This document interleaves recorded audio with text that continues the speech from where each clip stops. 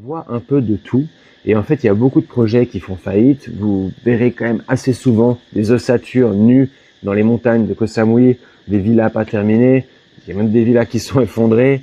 Il y a des villas qui sont construites sur des terrains marécageux. Il y a beaucoup de choses un petit peu bizarres. Et c'est vrai que la Thaïlande en soi a un système légal assez strict, mais une application des lois relativement modérée. C'est pour ça qu'aujourd'hui, il y a des choses qui en soi sont illégales, mais que vous voyez tout le monde faire dans la rue. Enfin, vous voyez tout le monde, par exemple, rouler en scoot sans casque, alors que c'est interdit. Vous verrez tout le monde détenir des villas avec des terrains, alors qu'à la base, c'est pas illégal. Vous verrez des gens fumer des cigarettes électroniques, alors que c'est complètement illégal. Vous irez au bar, vous verrez une chicha, alors que c'est complètement illégal. En fait, il y a des choses illégales partout en Thaïlande. Mais ce que j'essaye de dire, c'est simplement que la loi est stricte, mais n'est pas forcément toujours mise en application. Et ça donne des fois place à des systèmes frauduleux ou à des business qui sont pas cadrés, parce que les sociétés n'ont pas beaucoup d'audits, n'ont pas beaucoup de vérifications. On regarde pas forcément ce qu'elles font avec leur cash flow. Il y a beaucoup de liberté. C'est un peu le Far West, comme on aime l'appeler, ce qui est absolument génial.